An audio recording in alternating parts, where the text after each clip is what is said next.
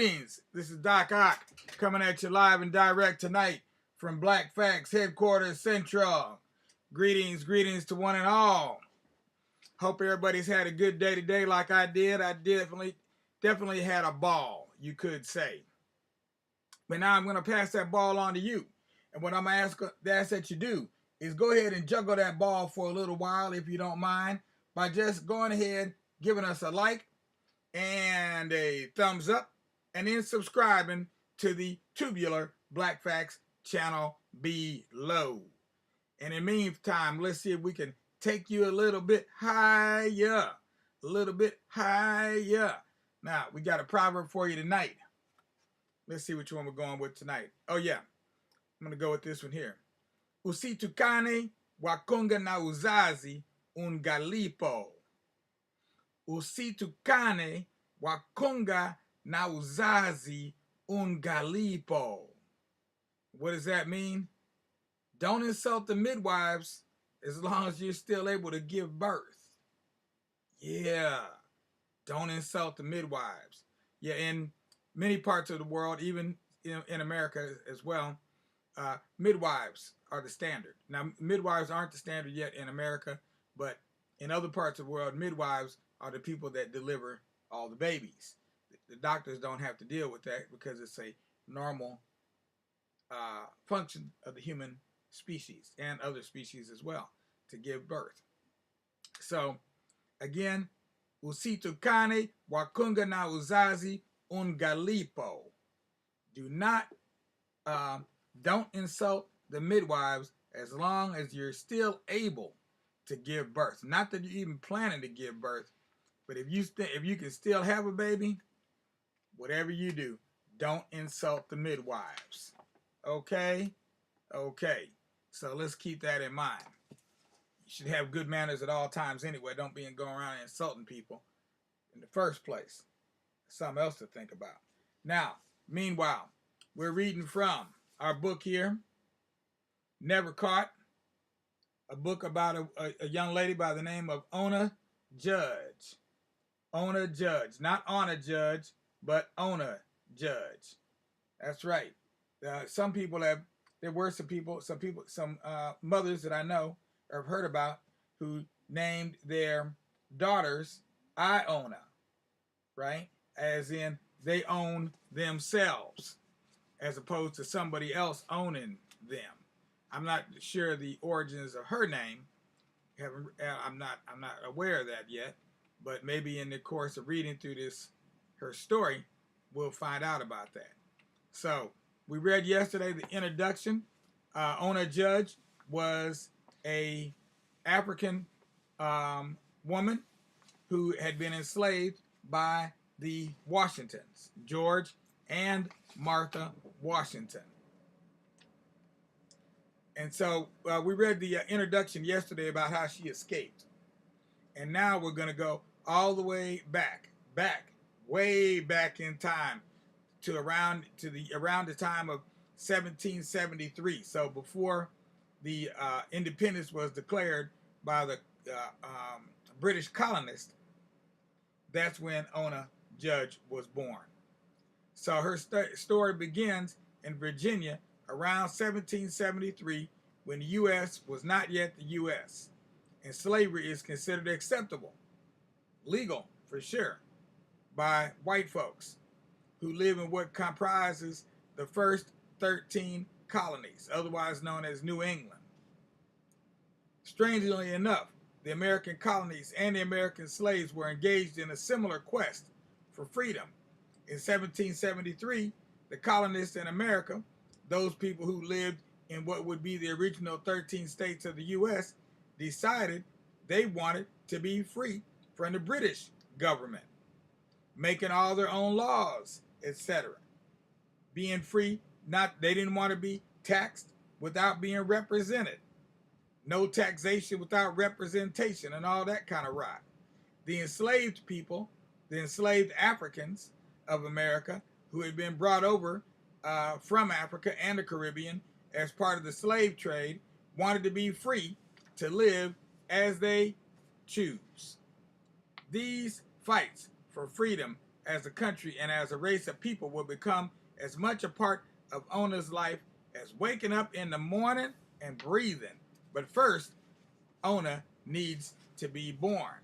And who do you think is going to catch that baby? Now you see how my proverb fits in there, right? Our Kiswahili proverb. What did we say it was? Usitukani wakunga na uzazi ungalipo. Don't insult the midwives. Ona's parents were named Betty, a woman born into slavery in Virginia, and Andrew Judge, a white indentured servant from England whose labor had been bought by George Washington for $45. An indenture agreement meant that in return for Andrew's transport to America, as well as food, clothing, shelter, and a small cash allowance, Andrew's labor was owned for the next 4 years of his life by whoever purchased his agreement. Still, Andrew had some small freedoms as an indentured servant that the enslaved population did not have. Betty and Andrew were not married. It was illegal for a black person to marry a white person. In fact, it was illegal for slaves to be married, period.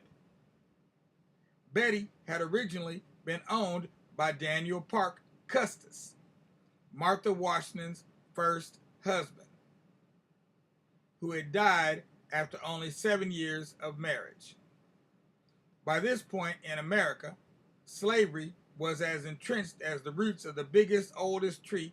Like the Custises, Martha's family, the Dandridges, owned slaves, as did Martha's second husband's family, the Washingtons.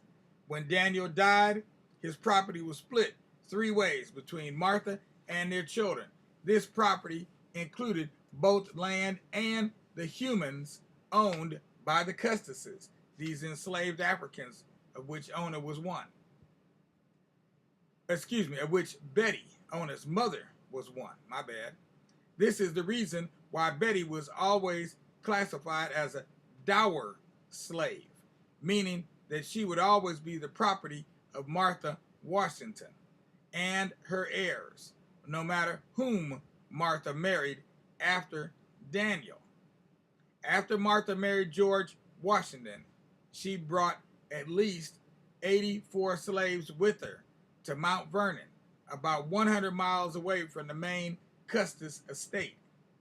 Betty was chosen to go and was allowed to take her 2-year-old son, Austin. This was a big deal because slave families were often split up after the death of the original owner. It may have also indicated that Betty had already established herself as one of Martha's more valued slaves. Certainly, by 1773, she had become an important part of Martha Washington's team of seamstresses. Betty was the person whom many other seamstresses in the Washington household went to when they needed to learn how to hem a skirt or weave a certain fabric. She was also known as the person who could take a piece of expensive material from London and dye it the exact color Martha wanted without ruining the garment. The creation of clothing was an important job for anyone during colonial times when fabric, not finished clothes, was what was available at a store. Every household needed someone who could use a needle and thread to stitch up some garments for everyone, black and white, to wear. Betty's experience at sewing and spinning kept her out of the fields of George Washington's 5 working farms. Instead, she earned a place working in the spinning house. The spinning house was a building near the mansion where George and Martha lived, where the enslaved seamstresses did their work. Martha herself liked to sew, so sometimes Betty was a part of a larger sewing circle in the mansion alongside her owner. Andrew Judge, Ona's father, was also an expert at sewing. Usually, George Washington did not prefer white indentured servants. He complained that they were unreliable and straight out lazy. Imagine that. Yet George seemed to like and trust Andrew. He was one of George Washington's preferred tailors. Oh, wait a minute. Did I not hit that button? Thought I hit that button already. Oh, shucks. Okay. Oops. Sorry about that. He was one of George Washington's preferred tailors, eventually creating the blue uniform George wore when he was named Commander-in-Chief of the American forces in 1775. In 1773, however, George would have been surprised to learn that soon he would be leading the American military forces against the British. Although he was a well-known colonel and respected military man, George would have said his main occupation was farming. He was well aware of the political events that were stirring up the anger of the American colonists. He too felt strongly that Americans should not be ruled across an ocean by King George III of England. He knew that many colonists wanted to form a new country with their own form of democratic government. Yet, like many of his friends and acquaintances, George had protected British control of American land. Like his father and grandfather, George was also a member of the colonial government in Virginia. Turning publicly against his ancestors and the reigning monarch would be a massive and dangerous step. Now, just to put that into context, at that time in history, every white male was considered to be part of the military establishment anyway. That was number one. Number two, all of the major landowners, these plantation owners, they were always high up in the military ranks. Colonel, they were going to be colonels. Okay, if you owned a plantation, you were automatically at the level of at least a colonel or higher. Okay, you weren't even going to come in as a captain or a lieutenant or anything like, because the lieutenants, they go out on the front line. They lead the men in battle. Definitely, you're not going to be doing that. So you'd have to be a colonel or higher to avoid that outcome. And then you would also, they were also part of the governmental structure as well. This is why we talk about systemic racism. Okay, sorry to have to bring in that touch of reality there, but this is a real story, so we have to be real, right? Now let's see what time we got. We got a little bit more time. I'm going to go ahead and finish off this chapter, and then we'll close out for tonight. Neither George nor the country was quite ready to take such a step, but change was in the air, and it was Mother Nature herself who, by throwing a snowball, got the attention of not only George, but Betty too. In 1773, the unimaginable happened. It snowed in Virginia. Farmers like George Washington needed to rely on familiar... What? Oh, wait a minute. In June of 1773, the unimaginable happened. It snowed in Virginia. Wow, talk about global warming. We just had it snow here yesterday, and I thought that was odd because it's April. But they said here it snowed in June. So farmers like George Washington needed to rely on familiar weather patterns. But it was anything but familiar for snow to fall this far south in June. Mount Vernon's crops were at risk, and the people on the plantation were confused. Many of the enslaved Africans saw the late snow as an omen, bringing something bad upon the people of Mount Vernon. Other enslaved Africans believed the snow meant that something good was about to happen. Both turned out to be right. 8 days after the snow fell, Patsy, the daughter of Martha Washington and her first husband, became terribly ill. Only 17, Patsy had been plagued by seizures that had begun during her teenage years. There was no effective treatment for Patsy's condition. Instead, the doctors who cared for Patsy would treat her with bloodletting. Yeah, good old bloodletting. Drawing out her blood as a way to stop the seizures, but it never worked. And the way they did it was with leeches. They'd have the leech, they'd put the critter on your skin, and it would suck the blood out like a vampire. Yeah, it was kind of nasty. And it also didn't work. It was shortly after 4 o'clock on June 19, when Patsy excused herself after dinner to get a letter from her bedroom. When she didn't come back, her soon-to-be sister-in-law, Eleanor Calvert, went to check on her. Patsy lay on the floor of her room in the middle of a violent seizure. Though Eleanor called for help immediately, there was very little anyone could do. Within 2 minutes, Patsy was dead. George Washington, Patsy's stepfather, was devastated.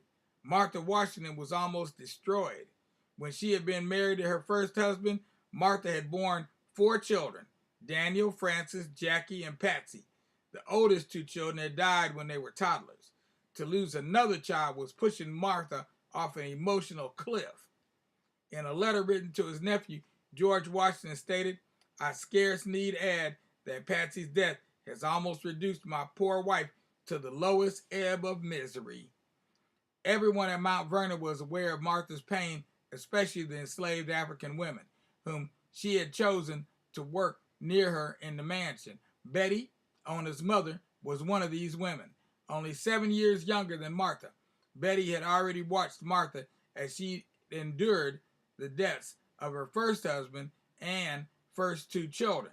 She understood how painful it was for Martha to lose another child, especially because by this time Betty had 2 other children besides Austin.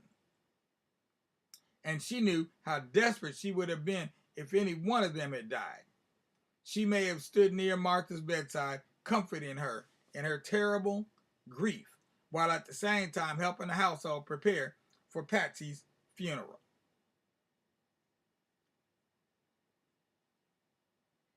It would have not been relevant to Martha that Betty was pregnant at this time. The fact that she and Andrew Judge were going to have a baby was not and could not be Betty's priority. We do not know what kind of relationship Andrew had and Betty had. They may have fallen in love. They may have had the kind of relationship that is the opposite of love, the kind of non-consensual encounter where a man uses his strength and privilege to overpower the woman. The truth is that Andrew Judge could have taken Betty against her will, and she would have been unable to do anything about it.